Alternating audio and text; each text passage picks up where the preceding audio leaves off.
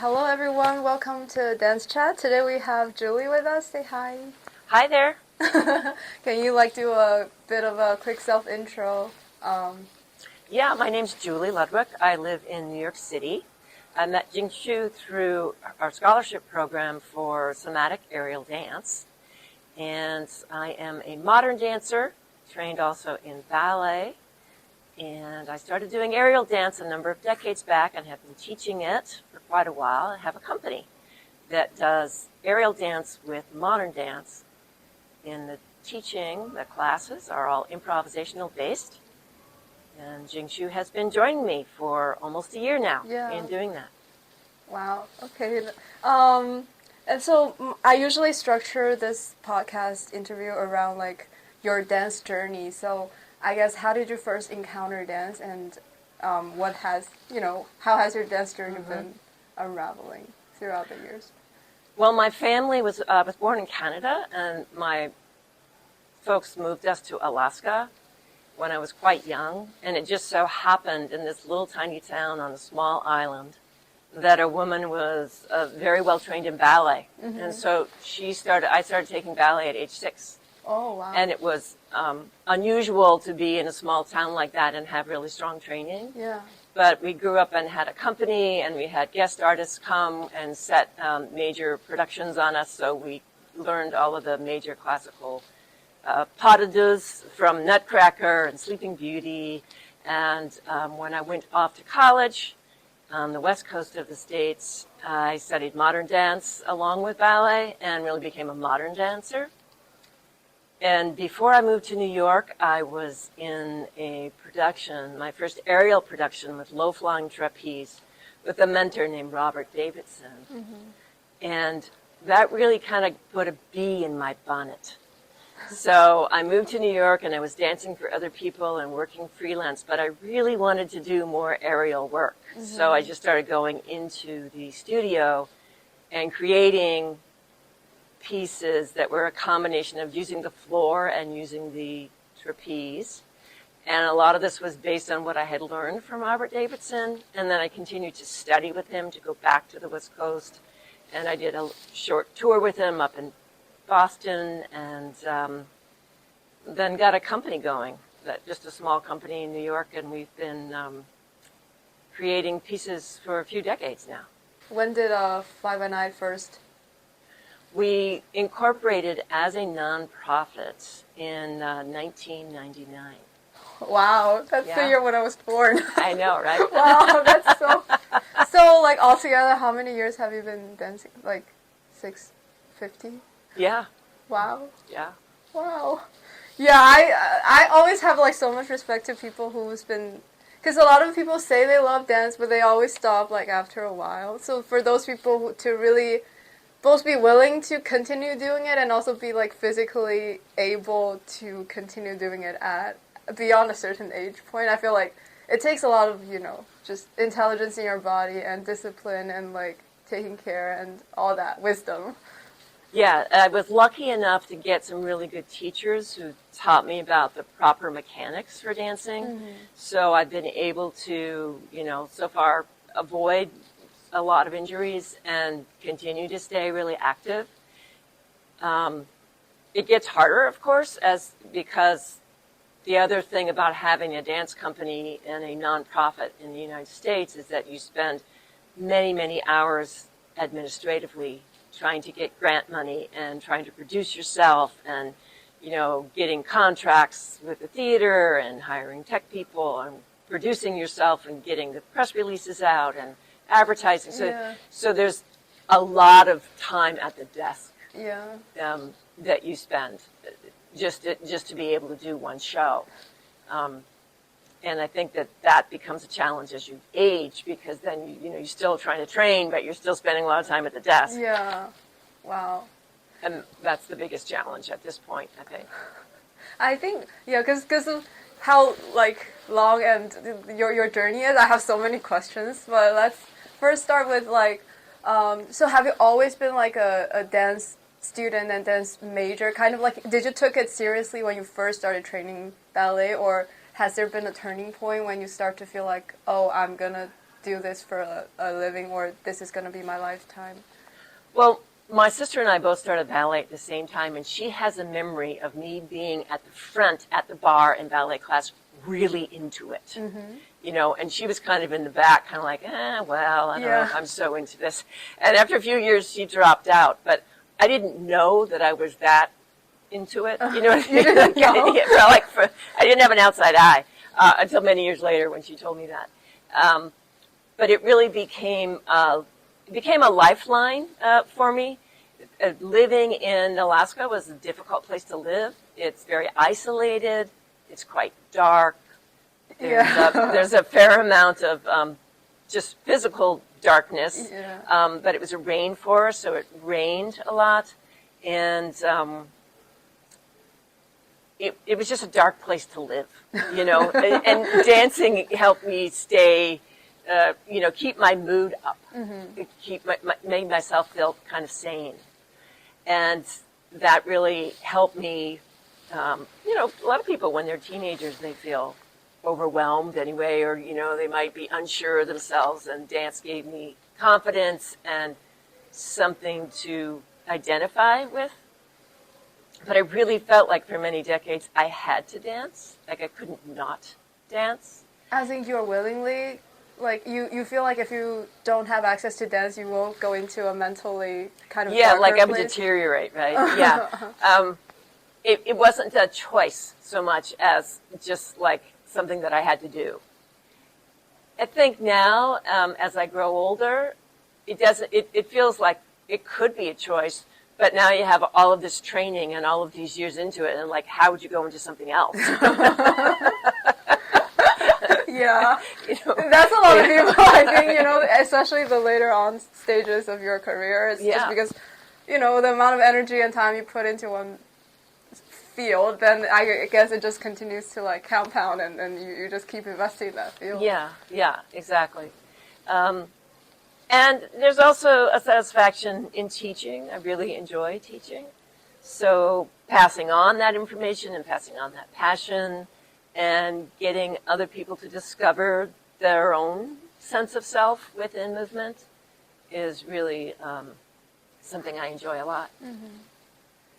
And in recent years, I've been working with older adults on movement for themselves, which is somewhat like a fitness trainer, but also more somatically, so that they're learning to balance and they're learning to tell where they're tight and where they're uncomfortable in their bodies, and learning to get a little more free in their bodies and through their movement. And that's also been really rewarding to see them grow like that.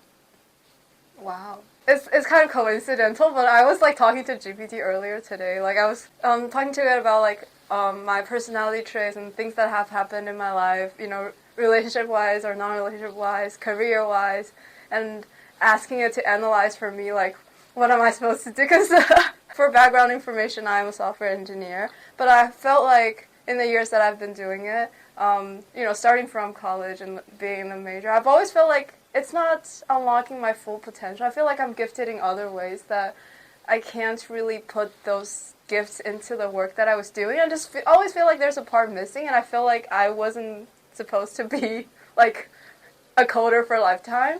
So, and then there has always been that constant push and pull, and there had been times, previously my brain was wired as, oh, it's a hobby, and parents are like, you should focus on your work, your study and your work, and, get a good job and blah, blah, blah, which I had always fallen into that, narrative. And then pandemic hit is when I first started to feel like, oh, I should actually pursue what my heart desires. And the more that I pour into dance, the more it pulls me. And now it's just to a point where I'm like, dance is unlocking a lot of other parts of me that I know that existed, but I wasn't allowed to tap into, and I wasn't given the opportunity to explore. And work just felt more and more like, it's like something that I have to do, and I know that there's benefits of doing it, but I just feel like there's a constant push and pull, and I'm still like kind of balancing through it. That's why I asked, like, have you always taken dance like so seriously? Have there been a time where you were put into like other, more realistic, more high-paying jobs? I did get really interested in physical therapy because I started taking kinesiology around age 16. I met Bill Evans was doing workshops in Seattle, and I would go take 6-week workshops, and I would learn about kinesiology and I learned about physical therapy with dancers, which I thought, oh, that could be really interesting. So in my first couple of years of school, I did take a lot of the chemistry and the math and whatnot you would need for that.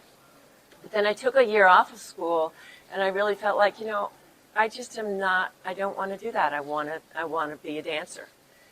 So I've used all of that anatomy and physiology and kinesiology that I studied throughout my undergrad and my 2 graduate degrees, but and they've really informed my teaching and my dancing, and that helped me from getting injured. But I still think I made the right decision, and I don't think that being a physical therapist would have fulfilled me in the same way. It just seemed really important to connect to that. One of the things in my life, I think, that was very pivotal was I had a brother who died when I was 12. Oh. And he committed suicide, which was very, very painful. And it was at a time and a place in Alaska where people didn't talk about that. And so there, you're at a young age where it really affects you, but no one's talking about it. And dance was a way for me to keep sort of working through that, to let it go, to express some of what I was feeling, and to also get completely focused so that I could let go of it, right? Yeah. So in many, many ways, it helped me through that. And that was a pretty pivotal time in my life, that it helped me. And then as time goes by in life, you realize, oh yeah, this is a tool, a coping mechanism, which I can use to help me sort through difficult times. And, like the pandemic, right? Yeah. That was an important time to be able to try to feel. A lot of people felt that they need to get in touch with what's important. Yeah, exactly. Yeah, I resonate with everything you just said, because I feel like that's how I felt about dance as well. There's always been the gratitude I have for it, in the sense that I felt like the love that dance have for all of us is almost like the love that God or whatever higher existence has for us. It's like whenever you need it, it's there for you.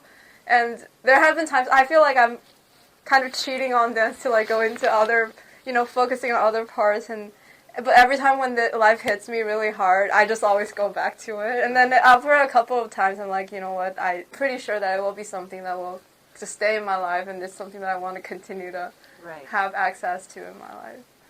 Well, I will say, to be fair and to be honest, that push and pull that you describe in your life is also push and pull for me, because I work 3 jobs, including trying to run a dance company. Yeah. I make very little money. I'm worried about how to retire. It was very challenging to have a child and have enough money to have a child and whatnot. So I don't think that push and pull goes away. I think that it's there for all of us in life. So, yes, you could say I followed my dream, but I also worked and continued to. It never gets any easier. You're still trying to do lots of jobs. You're still trying to make it work. You're still trying to find a balance. And there's no point at which it's sort of like, okay, my life is totally balanced. Yeah, I see. It's like it's like finding balance on the trapeze, right? And it's a dynamic balance, not as in like you're just holding one position and it's stable. It's never stable, and you're just always kind of recreating it. Exactly. And trying to stay in touch with it. Yeah. So, there is something to be said for having a job that actually takes care of your daily things in a way that keeps you kind of stable, and using dance as as much as you can in your life to fulfill other aspects of yourself. It's like, I can see both journeys. They're totally legitimate. It makes sense to me. And we all have a different level of comfort with where we are financially and, the amount of stability financially in our lives. I think it's the stability that you describe. It's not just the financial aspect, but also as in like if you have a 9-to-5 job, there's a routine.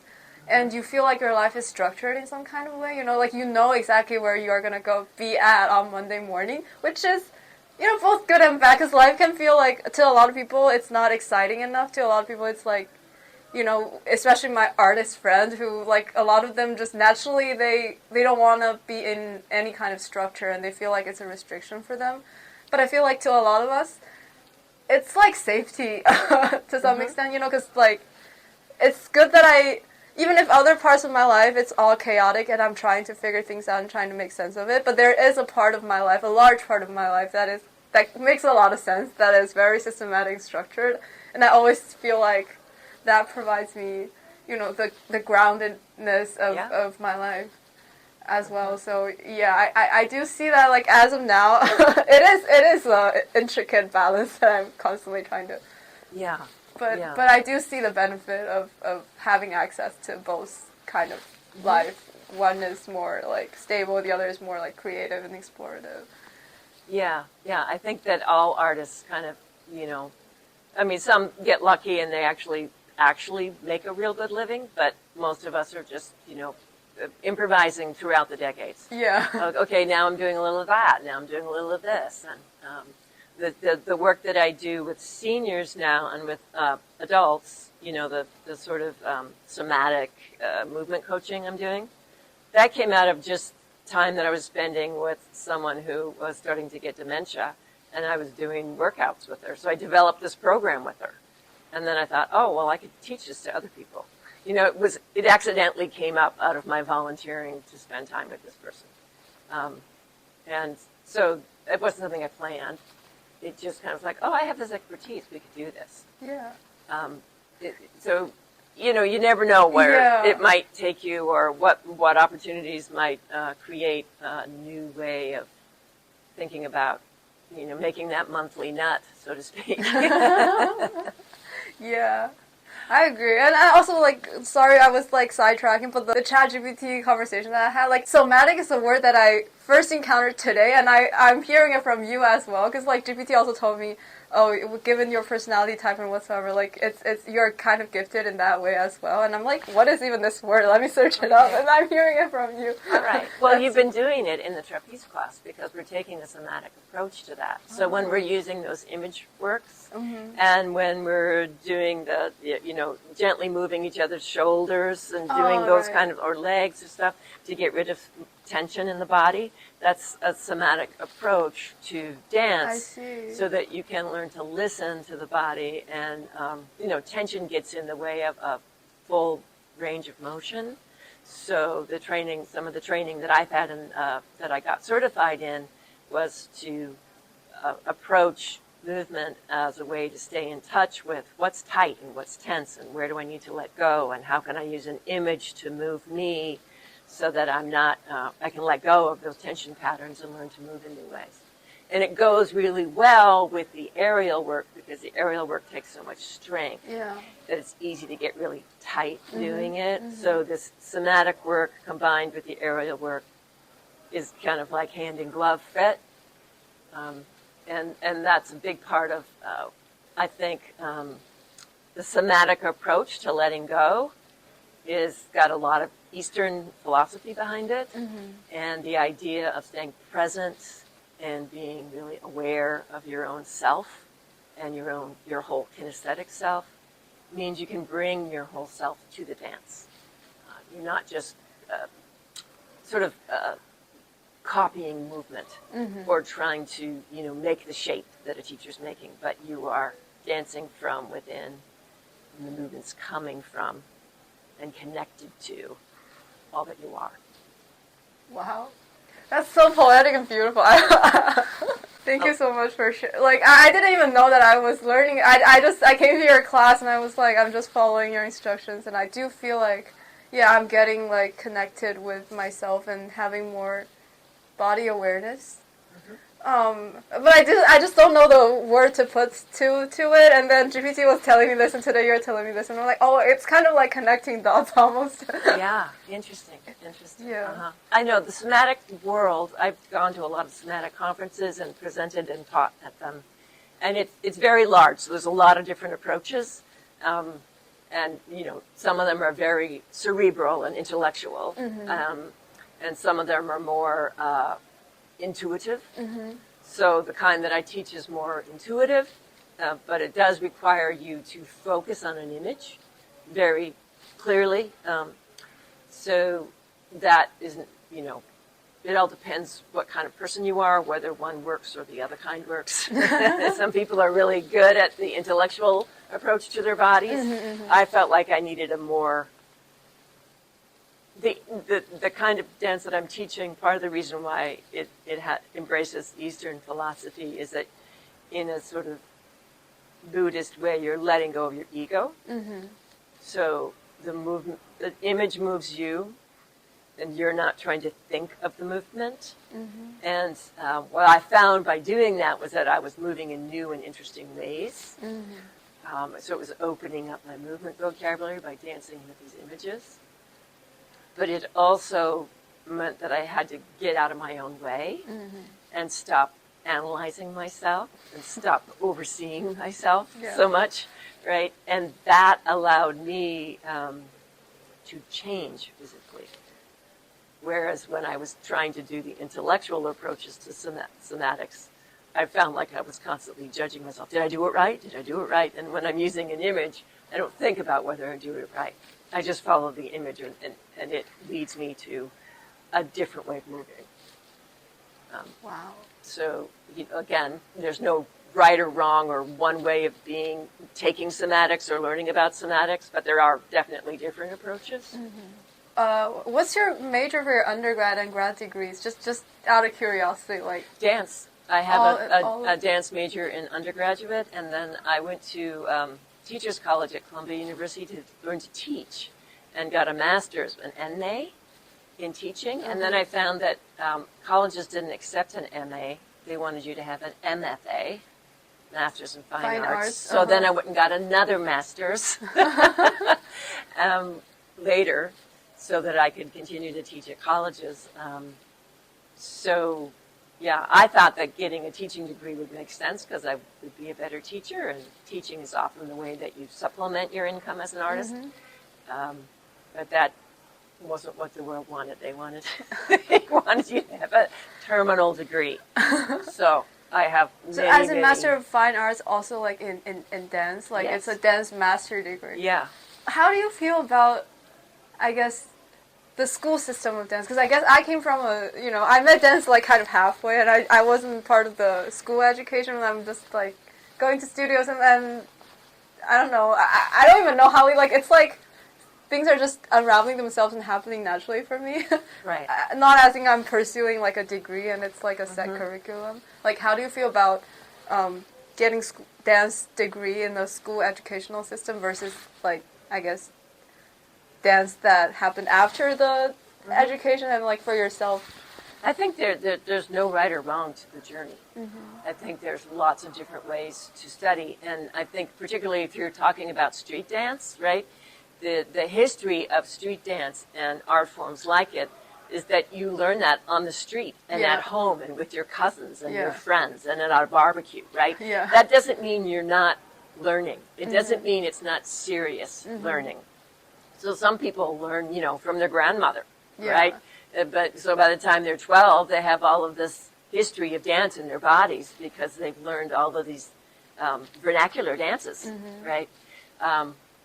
Whereas some of us end up, in a ballet class going, okay, this is a tendu and this is a plie, and, but they're equally valid journeys, and they're all about learning. So, it just so happened that that's the one that I was introduced to, and that's what I ended up following. But I think that I teach at a college now where it's in a theater department, and a lot of these people are getting dance degrees, and it's like, well, how useful is that? Really, they should also be getting a business degree because, or a marketing degree, because both of those things are going to come into play if you want to be pursuing your own art.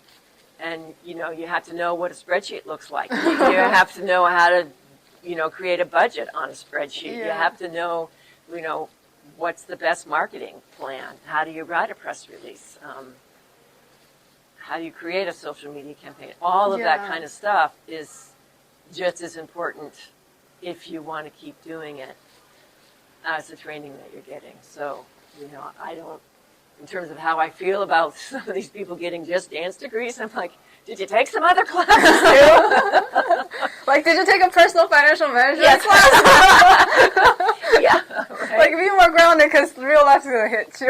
Yeah, it's going to hit us all, and more so. And I think particularly in the United States where we don't have things like health insurance guaranteed to us, right? And it'd be, so for freelancing, we've got to figure that stuff out. Yeah. You're creating a startup. It's just not profitable that much, And there aren't many angels out there. Yeah. You just invest in you. But the challenge is as much, if not more. And that's why I feel like I just held a lot of respect to a lot of dancers I met. I think they're really, really talented. And to be a great artist, you have to have all the ability to make you great in any other field. But it's just the financial reward of it is not, it's not to the same level of how talented, hardworking, and gifted all of that they are. And to me it's a little sad. I was are they being punished for pursuing their dream, or are we being punished to having an artist in ourselves, just being born that way, versus some people are just naturally born, they are okay with being in the structure, and some people are actually driven by how the society is structured. It's just so happen to be that there are people that are outliers, and you have to define your own pathways, and you have to convince other people that this is valid. Yeah, you do, and trust in your own self. Yeah, that is so hard. If you're, I have been a mainstream kid up till now, and I just feel when I look at these artists, I have such respect, but I don't have the courage yet to jump into that. But I'm I do see their value, but it's very hard for all of us in society as a whole, or system as a structure, to see that and put it into the reward system. Well, that coin you're calling courage, the other side of it is insanity, right? Because there's this risk, right? That is quite large. Yeah, and can really make. I'm exhausted most of the time, right? I really am exhausted. And I'm getting to the age where more and more people around me are oh, you retired? Wow, that's really attractive. So you just read the paper till 11 o'clock in the morning? That sounds really good. That would be a really nice, but I can't afford to retire. I have to, and if I was going to keep doing any kind of art at all, I have to keep trying to fund that too. So it's, it's a very exhausting lifestyle. There's no getting around it, Well, right, I agree. I think that's what people say about taking a creative, career in general, not just dance, but in any type of art form or creative job. Your entire life is you just have to keep going. There's no stopping, and there's no stability or guarantee, or it's not a once and for all type of thing where you made one masterpiece and then you're done. It's not that ever, right? It's just you have to keep going, and maybe at a young age it seems attractive because you are at a life stage where you're trying to grow, and maybe that does fit your energy and fit your pathway when you're younger. But the older you get, some people's your energy starts to deteriorate, your body starts to want to rest, and you're not as brain active, it's not as active, and that's when it will get. I've just read about it. That's when it gets really tiring, and you're because at a certain age, people just want to settle and just want to kind of be lazy a little bit because as you're natural. In the corporate world, if you've been successful and you've stayed in that and you've risen in the ranks, you are working less hard. Yeah. You're overseeing people who are still, staying up all night finishing up things. And you're just kind of, sitting back a little, and it is easier. And that just is really difficult to have that happen as an artist. Yeah. Some people might be able to manage it if they're really, really good at, managing people and they've been successful at, financially. Mm-hmm. But I think most of us are, still in the trenches doing wearing a lot of different hats. Yeah. But I think it's healthy though, in a way that I feel like the dancers that I've met are the healthiest. Like by your look, by your how like clear your thoughts are at, you know, my grandma at your age probably, I don't even know if does she like, she is retired, yes, but you know the quality of their life, is it the same? You know, like are you as functionable? Or I guess it depends what people do when they retire. Yeah. Certainly people stay really active when they retire too, right? Yeah.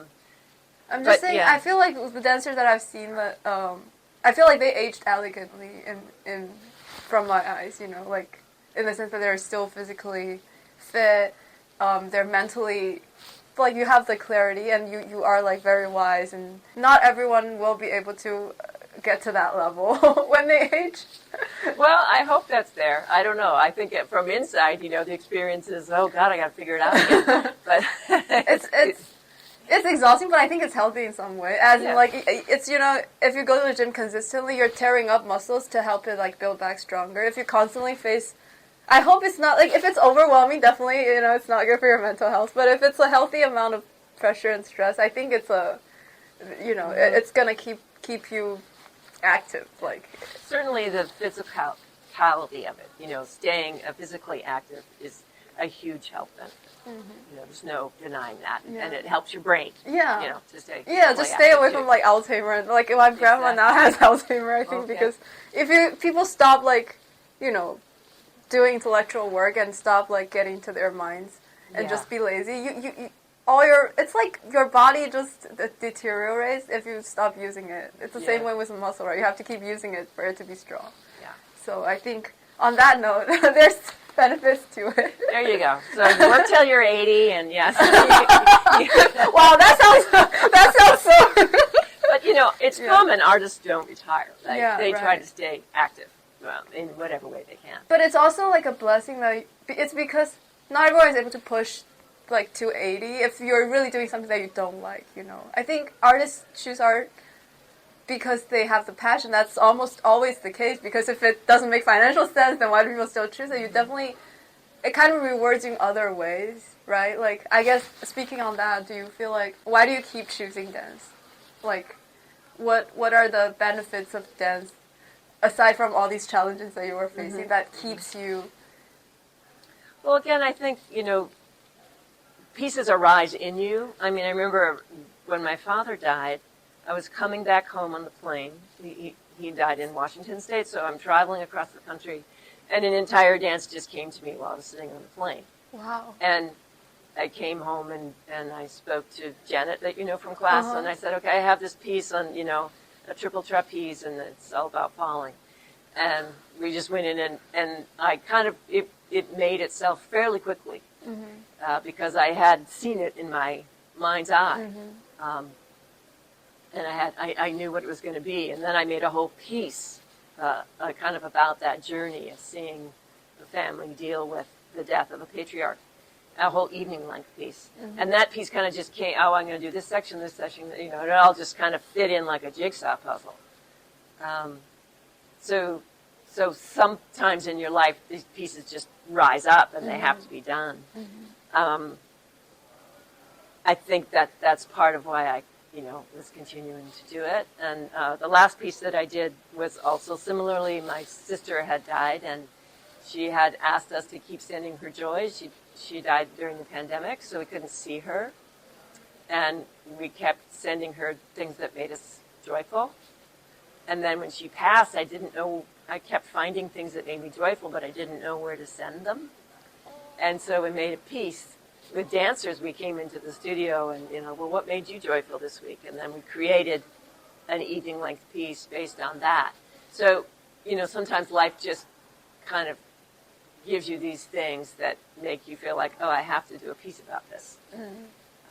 Like you said, it's a coping mechanism. It feels like it gives meaning to your experiences if you can kind of consolidate it into a piece and share it with others, and kind of like, maybe people can find peace or relief or resonate with the piece, and it kind of made all your experiences, whether it's like joyful or sad or whatever, like it gives it meaning in life in some way. But I, you know, in both of those cases, I got grants, like the one that I made after my sister died. It was we were just coming out of the pandemic, and I got a big grant to create a piece.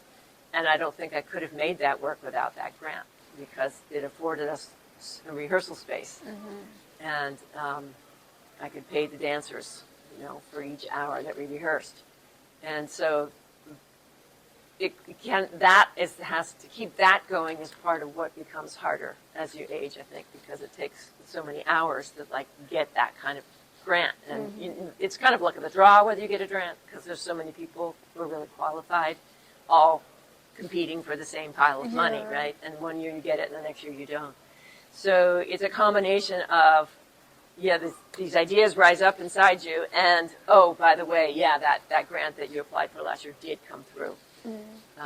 So it really, like, the older you get, the more you need to really have both. Like, for me, when I was really young, I was making dances, and I wasn't necessarily paying dancers. I was paying them some really paltry sum, At the end of this project, I'll give you $200, right? Uh-huh.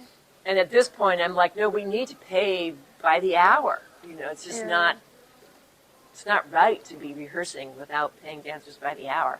And that just takes a lot more money. Especially since studio space has also gone up so much. It's inflation, like everything's just more expensive. So I think it's a combination of needing to do it, but also, are there funds to do the work? You find them.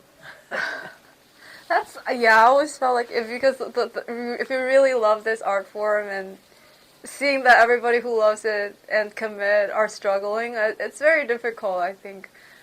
Like you said, you want to pay the dancers well, so that maybe one day if the system really becomes, like, functions in that way, then people do see dance as a legit career, and more people can commit if they, really find that pull towards it. But as of now, it's just, I'm sad every time I see, like, most of my, like, the really talented dancers I see are all struggling. That just makes me feel like, say if someone is not good and they're not doing well, then you at least have a hope of, like, maybe if you, qualifying certain levels, or if you get to a certain level, then your life will be fine. But then seeing all these people whom I already look up to, who I think are great dancers, great thinkers, even, like, work hard, did everything right, but still, their life is still hard for them, and then I'm like, then there's something wrong with the industry, or, like, it feels like a bigger problem than what we as individuals can solve. So that's where I feel like every time I hear those stories, it's just really sad. Systemic. There's a systemic problem with honoring what the arts can bring to us. Yeah. And I think young people see it as important because they're close to the need to express themselves. They understand it. And then as we age and we go more and more years without doing that, people get sort of, oh no, that life isn't really about that. Yeah. And it's also like a self-fulfilling prophecy, whereas if you take that approach, you feel like it's important and you commit. And then if you take other approach, you tell yourself that it's not important, it can't be important, otherwise I just disassociated myself with something that could have changed my life, Yeah. Like, you kind of find a way to find a reason. Yeah, it's interesting to me because for many years I worked in studios where there would be young people coming. Parents would bring their kids to the studio to dance. And sometimes they'd bring them multiple times a week. But the parents never took class. Like, they were spending money and taking the time to do the thing that they thought was important for their children, but they didn't think it was important for themselves. And to me, there's a little bit of a disconnect there of, like, the parents aren't moving at all. They've let go of that part of themselves. Yeah. And I think some studios, they'll offer a kind of, like, there's a class for the parents while the kids are also having a class, which I think is important. I think it's important that the parents can still stay connected, and that doesn't mean they need to get out on the stage and but that they're staying connected to their sense of physicality and their own ability to express themselves. Yeah. And I think that's a human need. We're born with that. Yeah. very young people dance and respond to music right away. Yeah. They don't even have to walk before they're doing that. It's like natural to us when we're born, and then kind of like with our educational system and life and structure, we kind of, disconnect with that. And like for me, when I started dancing, I feel like I was like learning to let a lot of those structures go and unlearn a lot of things that I was taught to connect to my inner child and all that. So. Yeah, the idea that to sit still for a child for long, long periods of time, which is kind of what we instill during our educational system, it's very unnatural. Yeah. For a 5-year-old to sit still, it's not natural at all. Yeah. And some people, I remember I got in trouble in kindergarten because all the kids were stomping their feet under the table, and the teacher said to stop, and there were about 3 or 4 of us that couldn't stop. Like we had been sitting still so long, and we kept our feet going under the table after the teacher told us to stop, and we got in trouble, and I had to stay after school, and I felt so ashamed of myself, right? So ashamed that I had to stay after school. Yeah. And at the same time, it was like if she had just said, okay, let's all stamp our feet for 10 seconds, right? And we'd gotten it out of our system, we would have just stopped. Yeah. But she didn't see it as natural. She saw it as, being disobedient rather than like, these kids need to move. And some kids need to move more than others. Yeah. I feel like dance attracts ADHD kids a lot. Like, if you are on the spectrum, they... No, like the whole idea that there are just, you'll see it with athletes too. Yeah. They just need to move more, right? There's some people that need to move more. That is who they are. So this idea that we've sort of made ourselves sit still for, many, many hours a day, and we've sort of instilled that year after year after year. It's not a natural thing. Yeah. And for the natural dancer who are born that naturally needs to move more, that's really tamping down a certain really important aspect of them. Yeah, agreed. Wow. Well, going back to your dance journey, like you said, you've trained in ballet and modern. How do you think those experiences have influenced, like, I guess later on when you met aerial dance? Well, the modern dance is very much about, finding a connection to what you want to express and what you want to say. And the ballet dance is more about structure and musicality and, strength. Yeah. I guess also the anatomy, and understanding your muscle, like smaller muscles, not the big ones that we use daily, but the ones that we forget about and don't even know the name of. Yeah, both of those, modern and ballet, those techniques will get you to, isolate certain body parts and technically be more proficient, right? And that between the two, because I took many different styles of modern as well, I just kind of, movement vocabulary was able to expand and grow. And I think, studying improvisation was a huge sort of mind-blowing thing for me to think about, through improvisation, that's how you can get to choreography. Because you've created these ideas, which you can then shape into choreography. So I think the structure of ballet was, my journey in terms of a choreographer has also changed. I used to be very much more like a ballet dancer, but I was like, okay, these are the moves you're going to do. And the dancers would have to figure them out, right? And then when I started doing the more and more aerial, I realized, well, something that my body does in the trapeze, a different size body wouldn't do it the same way, or they might do something different. And so then I started to look at, well, what do these different bodies do in the trapeze? And it became more about how can I get movement vocabulary from the dancers and expand on what they do. And so my choreographic journey has been more and more about how much can we collaborate and how much can I get the dancers to create their own movements rather than me setting movements on them. So that's just it's a different hierarchical structure in a way, but it's also a different, whole different approach to showing the individuals showing the dancers as individuals, as a choreographer. So I'm still directing, but I'm not taking all the choreographic credit. I'm sharing it with the dancers.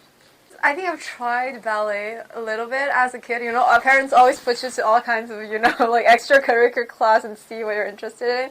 And I guess when I was like really young, my parents did took me to that as well. And they thought I don't like dance because I don't like ballet. I think later on now I'm able to understand that. I think, you know, there's part of me, like especially being born Asian, the rebellious part of me and the part that wants to like, you know, just be different and not be structured has been there, and ballet is very much like structured and you need to do this way, and to me it's just boring and like it didn't let me feel the freedom, which is I think one of the core reasons why I love dance. You know, it just made me feel free, and ballet to me is the opposite of that.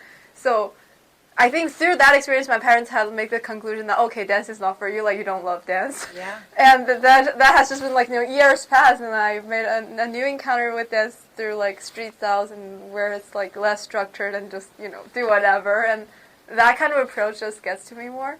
But now I'm also like at a place where I already confirmed and validated and know for sure that I love dance very much and I'm willing to commit. And I started to see the benefits of having like a systematic ballet training, like how it strengthens your ankle so that you don't, because I twisted my ankle like 3-4 months ago. Like not a bad injury, but it took so long for it to like feel normal again. Like I still have trouble balancing on my left feet even until now. So I'm like, maybe it means that I should, you know, learn my how my body works, I learn the anatomy, learn how those muscles work around your joints, learn how to like be like scientifically and, you know, protect your body physically and do it the right way so that you don't like, you know, injure yourself. Well, ballet dancers sprain their ankles too. So oh, really? Actually, I can show you some exercises on how to strengthen your ankles that ballet dancers would be doing outside of class. I see. So it's not the class training, it's more so like as in uni. Well, certainly you do get stronger through the training, but sometimes we have, just our structure is such that, you know, there's more looseness in the ankle than we need if we're going to like go on point, for instance, for ballet dancers, right? So you need to do extra strengthening. It all depends on your own body, right? And like, for instance, I had a instance where I sprained my ankle outside of dance. Me too. And I was walking. Yeah. And it was a really bad one. It was a double sprain on both sides because I was just messing around with my husband. I said, "Here, get on my back. I'm going to carry you."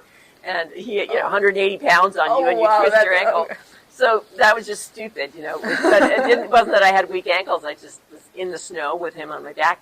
And I went to physical therapy and learned these exercises from physical therapy, and I've been doing them ever since. I've never re-sprained my ankle, but I have to do them like daily. I see. And the older I get, the more I have to do them.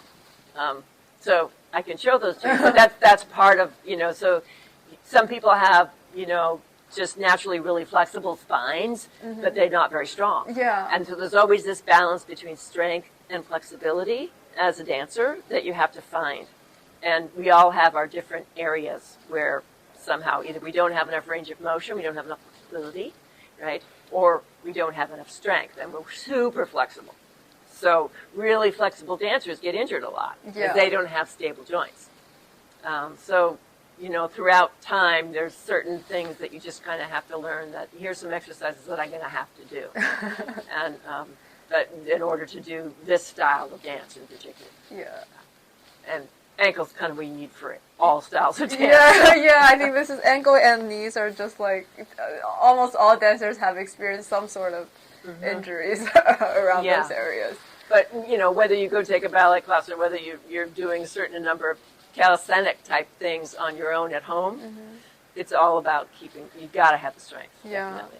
Yeah, agreed. Let's talk about Fly By Night because that's how we met, right? So how did the idea came to you that you want to start a dance company on Ariel, and like how did it even, you know, because it was a long time ago, right, in '99, and like I guess how has it evolved and changed over the years?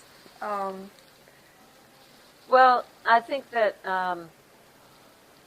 when I very first started, we were doing some dancing on the ground without aerial and some aerial and some combining. And I learned that you know what, we need to do all our pieces with aerial because we have to stay strong enough. And then we need to take class. Everybody needs to be in class in order to have the strength to do aerial. And sometimes I would take dancers and they would get injured too early because I had them doing too much too early. And someone pointed out, it seems like if we take somebody into the company before they've been doing this for a year, that they get injured. And I realized, oh yeah. So unless they have other aerial experience or maybe earlier gymnastic experience or something, people really need to come in and have a good set of strength before they begin a rehearsal process of doing long rehearsals. And in particular, when you get into show week where you're doing long rehearsals and performances, you have to have like twice as much strength as you think you need. So I just started to move more and more towards, no, it's all going to be aerial and we're all going to take class together.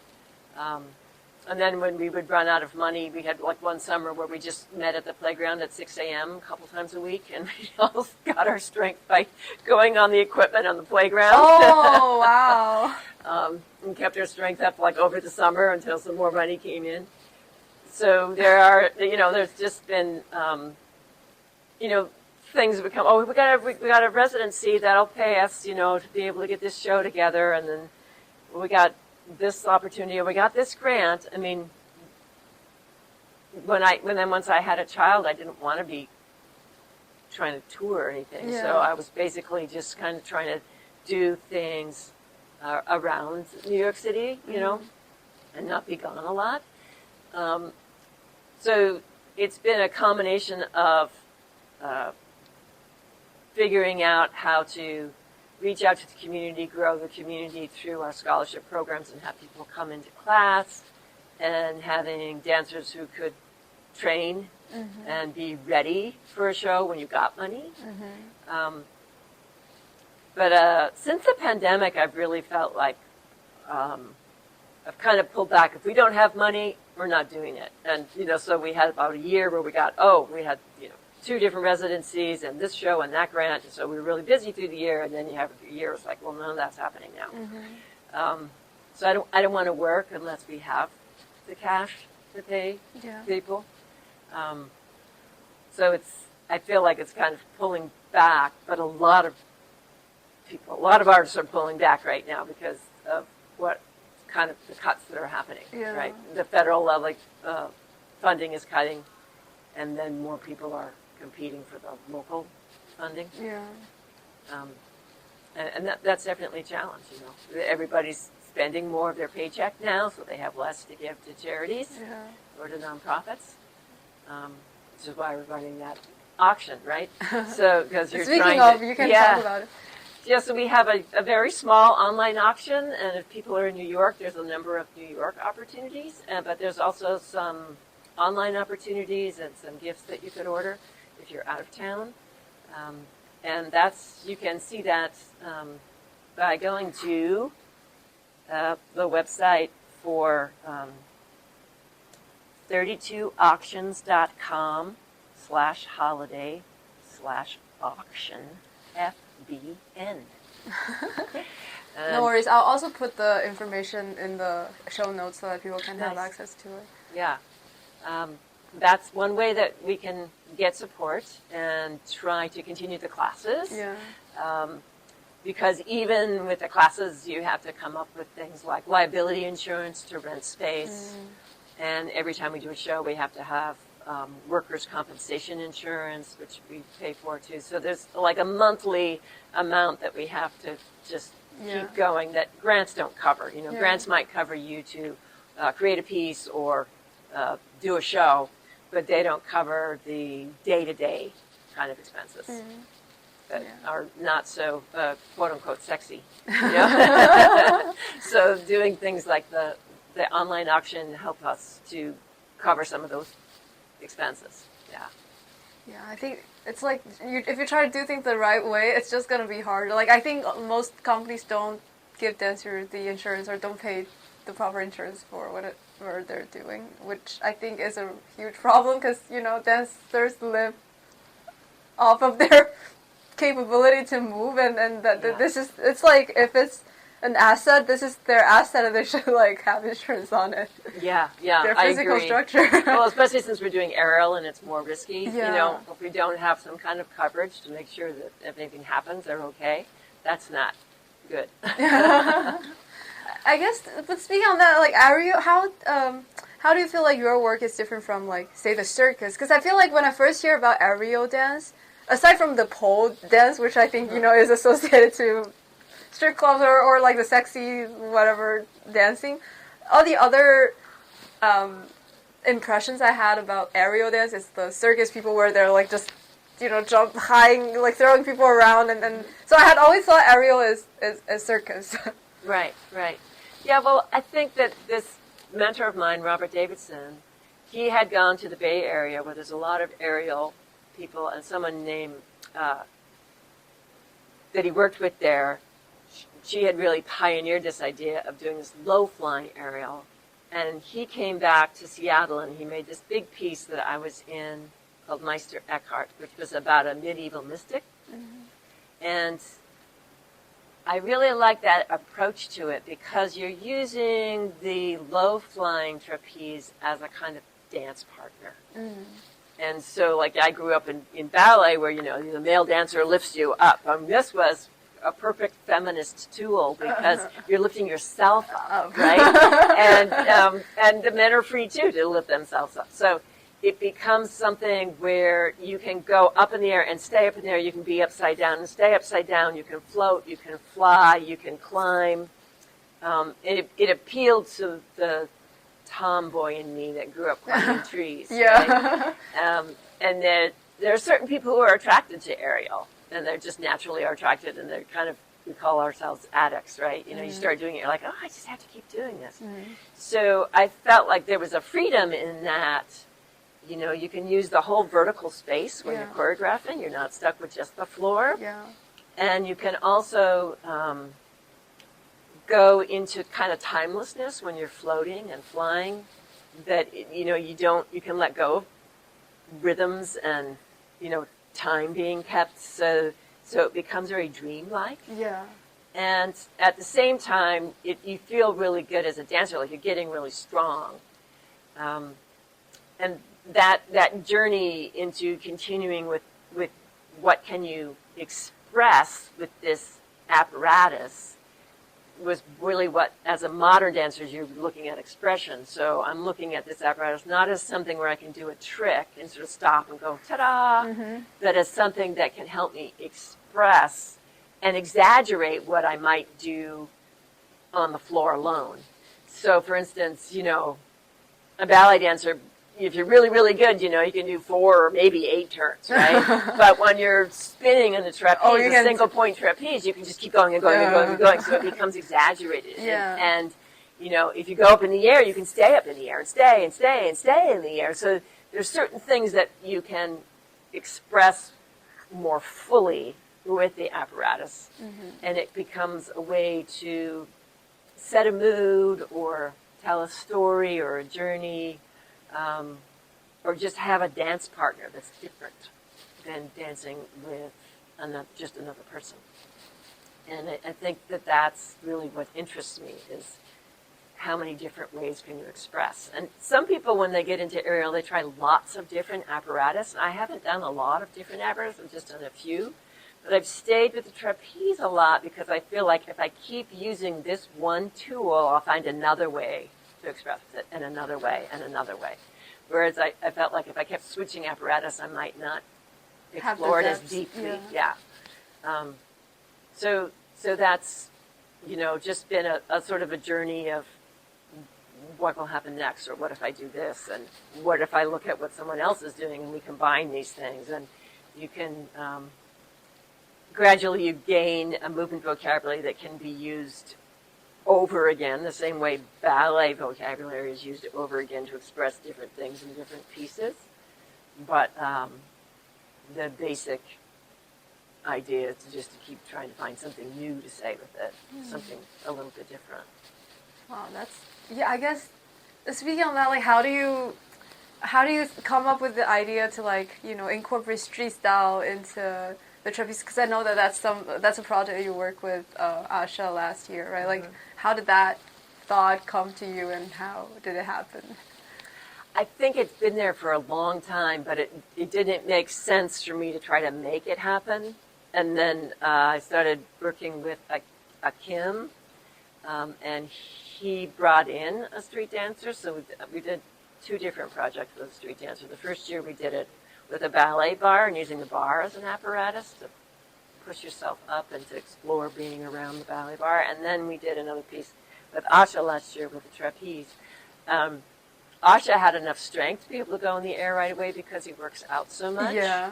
But he's an unusual, right, a dancer that way because he's always in the gym. Most people wouldn't come and have that amount of strength to be able to do an aerial piece that early. Yeah. But he was able to do them pretty quickly. And I just, like I say, you have to have someone who comes in with the street dance in them, so that, and then we just spent a lot of time with what I call noodling, Asha and I in the studio, like, okay, stand in the trap and try this and try that, and just spend time in the apparatus. And that, he had a lot of fear, I didn't find out till much later, that he was actually afraid to stand in the trapeze and to go up that high. And so by just spending time in it, you start to trust your body more, and you start to trust the apparatus more, and you start to be able to lean out and go upside down and do these different things.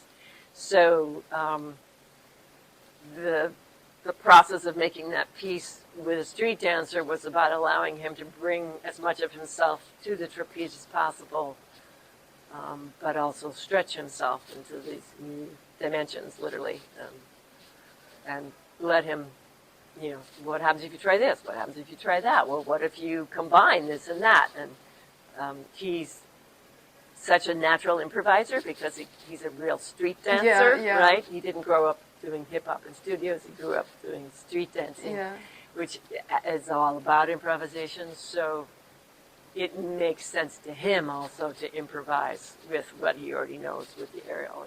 That's how he's always worked, I think. Wow. So it's a good mix. I guess, as in, when I asked, like, how did that come to you, as in, because I feel like, also, like, tying back to what we talked about before, like, how ballet and modern and, like, these are more of a academic setting type of dance where it's, like, people might, like, I just feel like, to me, those people, I never met them in street style classes, right? Or the people that I met in street styles, I've never seen them doing ballet or contemporary. So I feel like these words are kind of separated, and then aerial is its own world, I guess, in a way. And then I see, like, you are kind of traveling through those spaces, like, and you're a combination of, I guess did you do street style yourself? Or, like, how did you even, like, know these people? Like, because I think I'm also, like, an outlier, as in I'm also moving through all these spaces, and I'm kind of observing and seeing how different dance styles, work, or, like, how they have different type of, they attract people of different personality types, and they attract, I think of me as, like, I like to dance in general. I like to, like, express through my physical, like, movement. So I don't really tie myself to any specific style.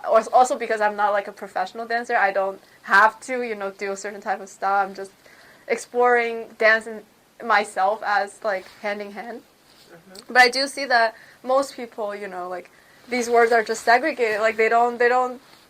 I think you're the first one, or the first one that I've met that, is trying to link people from different worlds and try to, like, do the fusion, right. I guess. Well, I think that my connection through Robert Davidson to the trapeze was about linking modern with aerial, right? So that's already 2 genres mixing in there. And then when I started doing aerial, I also was like, we tried to do roller skates for a while with aerial, and then we realized, the roller skates, like the roller blades, they're too heavy to go upside down with. So then I got those wheelie shoes, those heelys, that have a wheel in the heel. Oh, yeah. I saw that in the performance, right? Yeah, last spring. Yeah, we did that solo with Maya. So I was kind of like, like, I just see things and I think, well, that would be interesting to try. And because I'm already a hybrid, I don't fit in any corner. I mean, I don't fit in the circus corner. I don't fit in the modern dance corner. It just makes sense to do other forms. And we started doing what we call the BIPOC scholarship program, probably at least 15 years ago, because I felt like I'd be on the train with all these people of different colors, right? You're hanging onto the pole, the subway pole, and all these different colored hands. Yeah. And then you get out to go to class, and you end up in class, it was like, God, everyone in the room is white. Like, why is this happening? And so I purposely was trying to mix up the room. Like, we need to be together more. We need to train together. We need to breathe together. We need to dance together. Yeah. And that brought in more different people, right? So more people who dance differently, who move differently, and that I'm interested in the way other people move. So I think it naturally kind of shifted towards being able to bring in that. The more I'm not really interested in teaching dance so that everyone looks like me. Yeah. That's never been why I taught trapeze, right? So how can you take this thing that I'm using and do something yourself with it? You know, so I might be teaching people, we can do this with it or that with it, you know, so that they have something to sort of hang their hat on when they're doing aerial. But then ultimately I'm hoping that they can discover the dance for themselves within the improvisational structures that we're using, and that they'll come up with something that's their own expression. And look, that's something new. You know, I can look across the room and like, that's not something I taught. That's their thing. Cool. And we can look at each other and try certain things, so that it's not this limited set of vocabulary that everybody's learning in class. But it's more, how do we all watch one another and see what might happen, and what we might discover together. Wow. I do feel like, you know, the thing that you speak about, even though you had your training in Morden, like, it's very much like those street style or you know, freestyle dancers. They have very similar mindset, whereas they, you know, take everything as inspiration and try to find your own identity within the style instead of like trying to look like someone else, or you know, learning vocabulary and do the moves. Like, the move doesn't matter, but your expression, your authenticity matters more. I do see the similarities and connection in like why that would make sense to put them together. And I'm hoping that I can see more of the work, like, you know, either by you or if someone, you know, like if words get out. And I feel like this world doesn't have to be so segregated, you know, like we're all movement artists, and there's, you know, value in different styles, and every style has something to offer, you know, technique-wise or how they think, and like, and in order to be more versatile as an artist, you kind of have to embrace the diversity.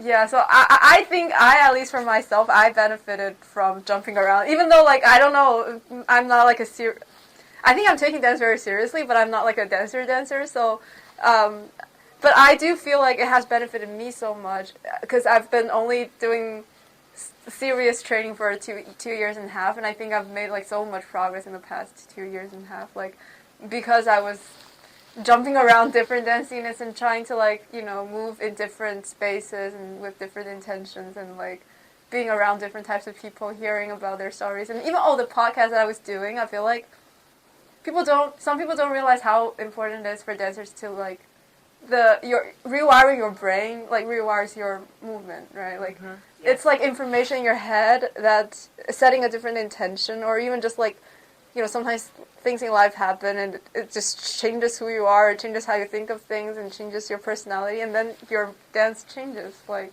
Yeah. So I think it's important to give permission yeah. to do something out of the ordinary, or what other people aren't doing, and what other people might even think is kind of strange. Yeah. Okay?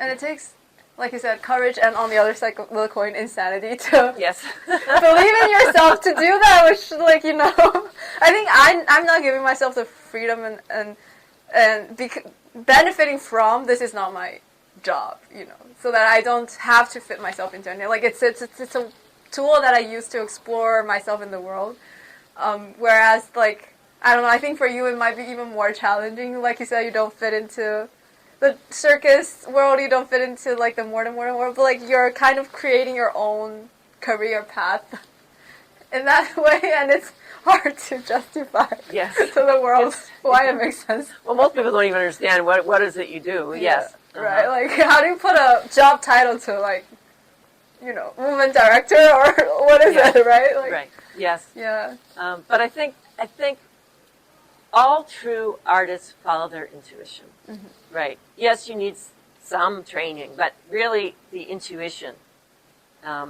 is what it's about. Like, what interests you and what do you want to say and why does that make sense? You don't always know why it makes sense to study that type of dance or go take that class for a while or something or work with that teacher.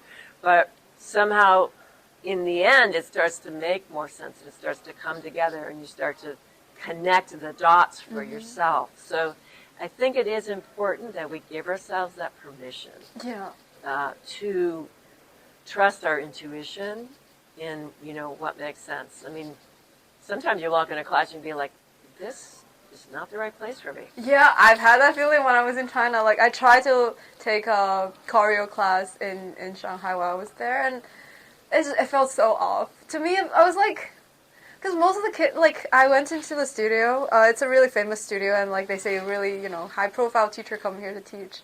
And first of all, you scan in there with your Face ID. And I scanned in, and everybody's sitting there like a couch potato. It's a dance class, and it's 2 minutes before class. Nobody's even standing to stretch, or nobody's moving 2 minutes before a dance class.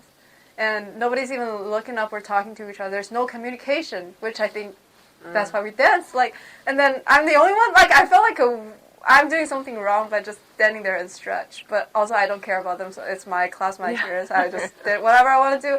And then teachers come in, and I just feel like it's my Asian trauma just got triggered because, like, everybody's trying to be the favorite, the favorite student of the teacher, and then trying to seek validation in some type of way. And I do see that they form certain type of small, circles which is tied to the teacher, and there's power dynamic in it. And I'm like, it's dance. Like, why are you making it so political? Like, and it's your hobby. Like, you're not even. Most of them are not professional dancer. You're not trying to. This is not your career per se. Like, why do you have to climb the corporate ladder in the art world? And it just felt so off that I went to that one class, and I'm like, okay, I can't do that anymore. Like, I feel like, how come, like, in Asia we commercialized street dance too much to a point where I think it lost its essence. Like, that's the entire opposite of what street dance is for, right? Like, what about being authentic to yourself and just. They are the misfits, but how about embracing yourself and, like, finding your individuality and, like, your way of expressing yourself? Like, if you're trying to fit yourself into somebody else's system, and that's just the opposite of what street style stands for. And I feel like they're not enjoying it, like, which is why people dance in the first place. Like if you don't even like the class, why are you even here? And yeah, that's why, like, I just can't.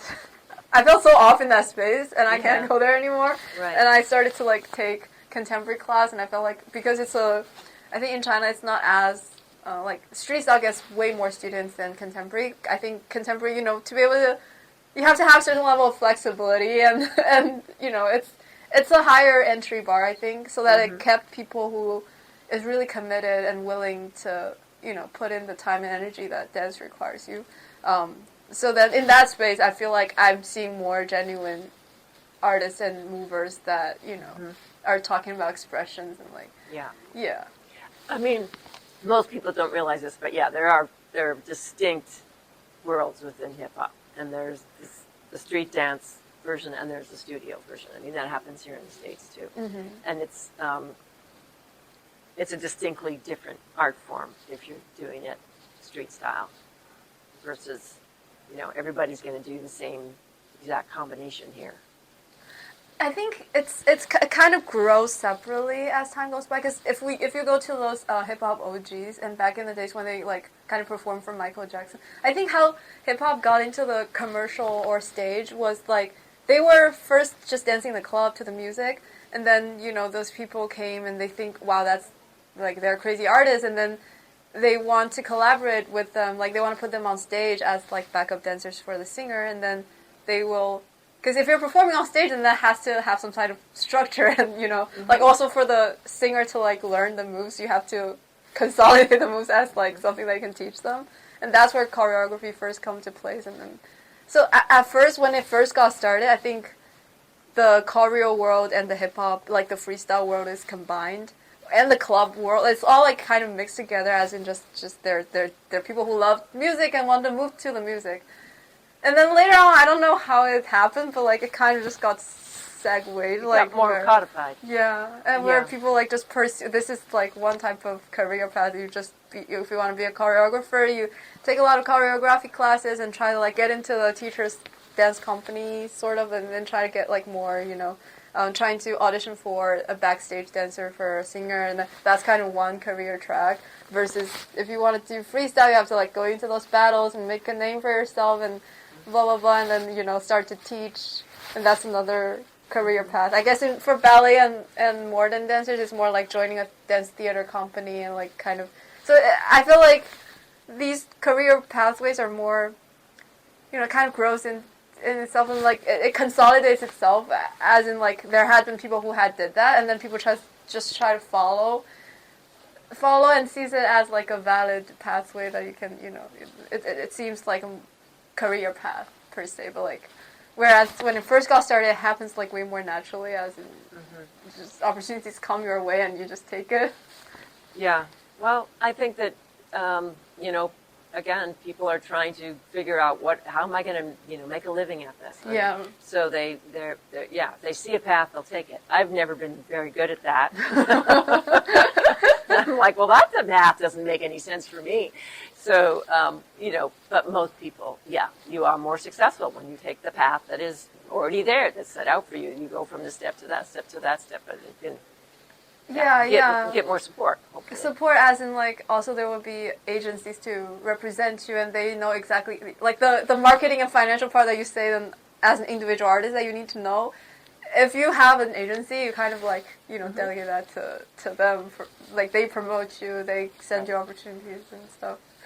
So it felt it's like slightly more structured if you decide to conform to a pathway, versus if you want to really just be your true artist, then it's a lot of extra work. Yeah. But I mean, the modern dance world has always been artist-driven companies. So in particular, you had the Martha Graham Company, you had the Merce Cunningham Company, you had Paul Taylor Company, you have Bill T. Jones Company, you have one artist who's driving, and setting these pieces, right? And truthfully, in today's world, that is not a great model, because that relies on this one artist to kind of wear all these different hats. Yeah. And of course, those different companies that I just named, Bill T. Jones, Arnie Zane Company got more support, and so they have other people doing those marketing jobs and what for them. But I think what's probably a better idea for people who are more like modern dancers is to like get 2 or 3 choreographers together who work together and share the bills and share the jobs. And that really does make more sense than having one person who's trying to do it all. Because I have friends who have nonprofits who started, theater companies, and they all wear different hats at different times. One performs, another directs, another produces, and the next time they switch hats, and it allows them to, keep going and not try to do it all as a single individual. So that makes sense too. But I think that the pathway, so to speak, for modern dancers has been to have one person whose voice is going to be expressed. Do you have that for Fly By Nights? Like, are there people that is Janet like one of your close partners who you kind of switch roles with, or wear different hats with, or is it you who's doing all the administrative work as well? Well, Janet's not with the company anymore. She helps with the board, and she takes class still, but she's really doing her own work now. But yes, for over 20 years, she was really helping them. I was still directing it, but she helped in many ways administratively. But I think that, no, it's mostly me. And, it's not sustainable. At some point, you're just like, this is too much. I can't do it all. I can't get to it all. But on the side, like, since we talked about her, I've always been curious about her and how you guys meet. And, like, I know you've been working together for so many years. Like, I guess, is she one of the first people who joined Fly By Nights? Yeah, she was the first, yeah. I met Janet, believe it or not. Janet used to own a restaurant. and I managed her restaurant. She had a Japanese restaurant, and that's how we met. Because another dancer was leaving the managing job, and I needed a job, so I stepped in those shoes. And then I went to graduate school and stopped working in restaurants and became a teacher. And Janet stopped doing restaurant work and became a shiatsu practitioner. And what? Shiatsu? Shiatsu? Yeah. What is... body work. Oh. You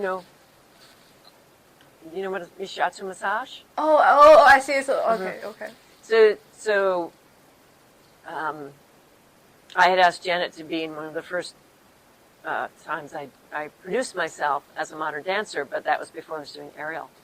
But has she always been dancing before? Yeah. Oh, okay. Yeah, she was always dancing. Even when she owned a restaurant, she was still dancing. Yeah. So, we worked together for about 21 years, and the pandemic hit, and everything shut down, and I wasn't even sure I would open up again, but we got this really great opportunity to create that piece that I mentioned before about my sister, about the joys. Mm-hmm. And so I started up again, but Jenna said, I can't go there. I can't get back. I can't get that strength back to do all of that aerial again. And she started doing her own work.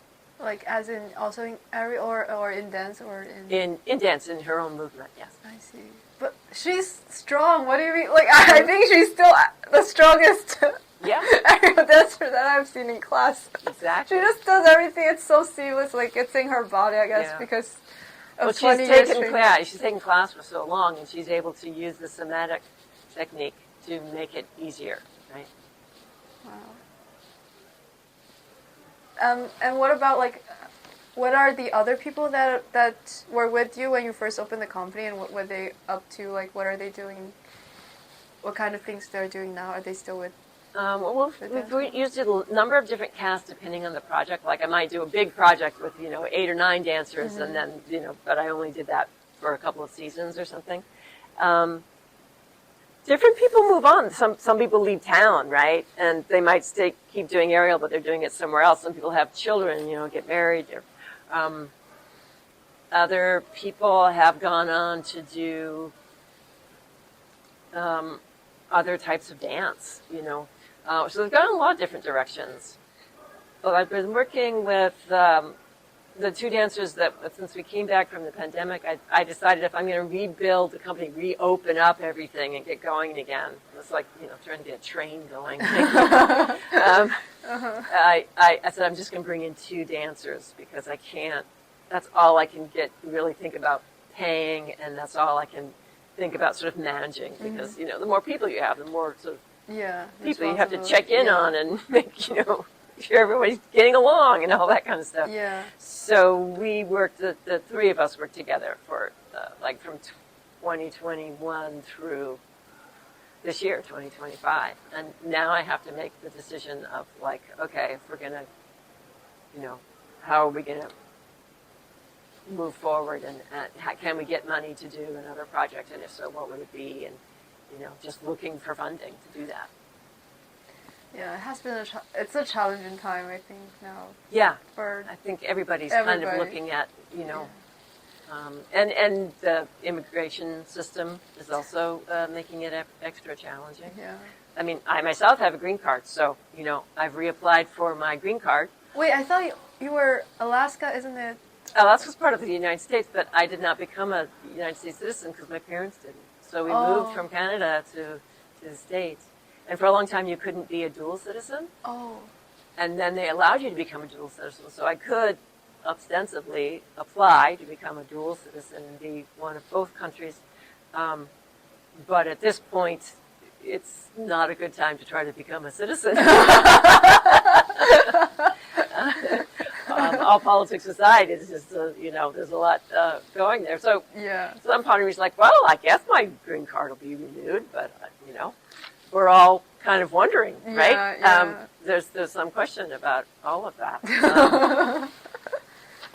And I think people in the arts world, especially in New York, you've always had people from, different countries coming together because this is kind of like one of the world capitals of dance.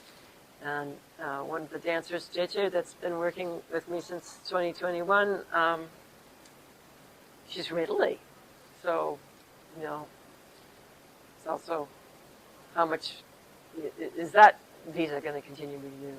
And there's lots of questions, right, for all kinds of people. What does the future look like, and where will it be? Wow.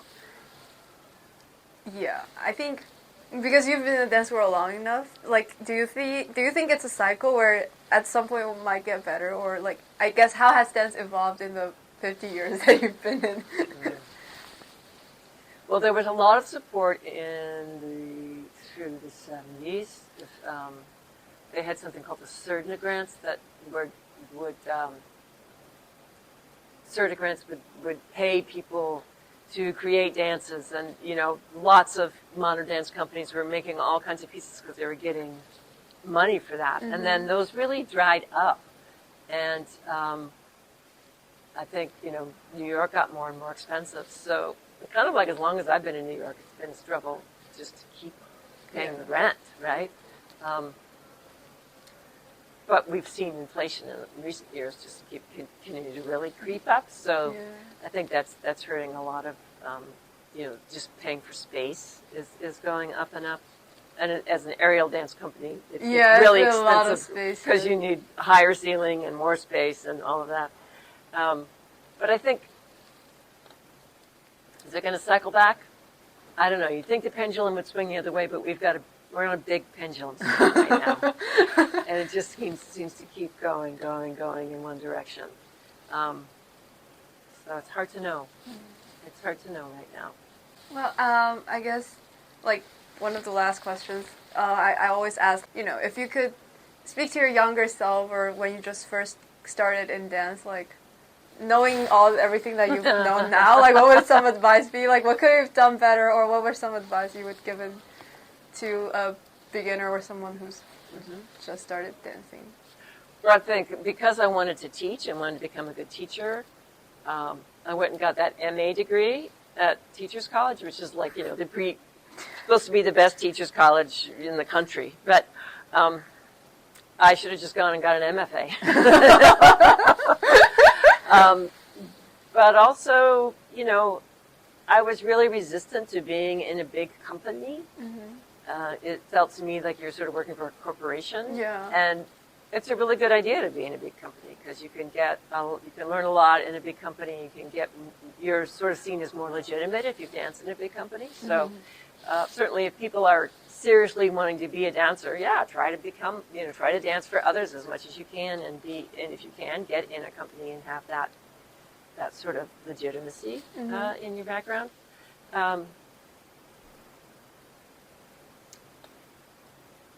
You know, I've also seen the dancers who've had a totally separate day gig that they could just show up and do, and it kind of took care of themselves, and then they were able to do their dancing outside of that. That's, you know, I've always tried to stay in the dance world, like by teaching and whatnot, and kind of keep that connected. And I've seen other people who figured out other ways of doing that, and that's legitimate too. So I think if you have a sort of, you know, what's the path of least resistance to making your monthly nut, see if you can connect with that, and then see how dance can fit in. Did that answer your question? Yeah, it does. I think as in, like, you know, career choices wise, but as in dance wise, you know, if you want to just be I don't want to use the word better, but like a more mature dancer, I guess, like, what are some advice on the dance side, not on the... On the dance side. Well, that study with lots of different people, and, you know, follow your intuition in terms of what makes sense for you to study when you get into class. Do I belong in this class? Is this the work for me? You know, if you find, you know, a particular technique that really seems interesting, try to get to the bottom of it, keep going there with it. But I think, you know, you're going back to what you're saying about, you know, what about taking dance in higher ed kind of thing? Like, you know, for a degree, like, well, spread yourself out and learn more other things too. So, like marketing. Like some people, you know, they have a job as a marketer, and they're a dancer. And, or they have a job as an arts administrator and they're a dancer. And sometimes people can put that together so that they're dancing for a company, but they're also helping with the administrative end of it. So they might make a little money as an administrator and a little money as a dancer, both. And everything that they do is sort of going towards them dancing more, right? Yeah. The more successful they are as an administrator, the more successful they're. Yeah. And I think that's a good approach for dancers to have, especially for smaller companies, is to like, how can I forward the company so that I get more dancing opportunities, right? Yeah. If you enjoy being in that company, Yeah. Sometimes dancers are not, they're just going into dance and then leaving, and that doesn't help in this day and age when where every company needs lots of support and lots of, hands-on work, but see if you can do that so that you can make money at it too. Yeah. If we say like this problem in the dance world is more like systematic, then we all need to move forward together, like as a whole, as an industry, as a community. So it's not just about individual dancers getting the best opportunity, but also to like create opportunities for this industry, I guess. Yeah. Create your own opportunities whenever you can. Yeah. Cool. Wow. Thank you so much. I think I learned I learned so much. I always enjoy talking to, the elders because they had more life experiences and wisdom, and like I think sometimes you just say something and I'm like, that makes so much sense, and I might think about it another day and I'm like, now I understand what that means. Like, so I really appreciate you for, creating the company and keep it going and like providing us the opportunities to learn and educate us as well. I appreciate being able to talk about the journey. Thank Onward, you so much. Upward. Thank you so much, and support Fly By Night if you can. And I'll see you guys in the next episode. Bye. Bye.